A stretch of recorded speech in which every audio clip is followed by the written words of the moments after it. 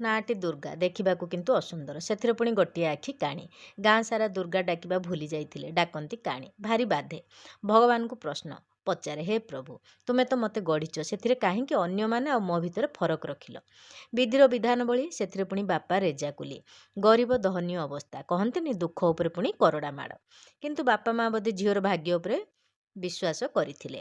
ଦୁର୍ଗା ଅଧା ଦିବ୍ୟାଙ୍ଗ, କିନ୍ତୁ ଆଜି ସେ ସୁନା ଝିଅ ପାଲଟିଛି। ଶ୍ରୀଲଙ୍କାରେ ହେଉଥିବା ଦିବ୍ୟାଙ୍ଗମାନଙ୍କର ଖେଳରେ ଭାଗ ନେଇ ଆମ ସୁନା ଝିଅ ଭାରତର ନାଁକୁ ଆଉ 2 ପାଦ ଆଗକୁ ନେଇଛି।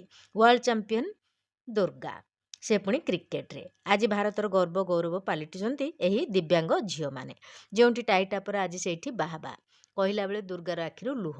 କିନ୍ତୁ ଏତିକି ନୁହେଁ, ଆଉ ବହୁତ କିଛି ତାକୁ କରିବାର ଅଛି।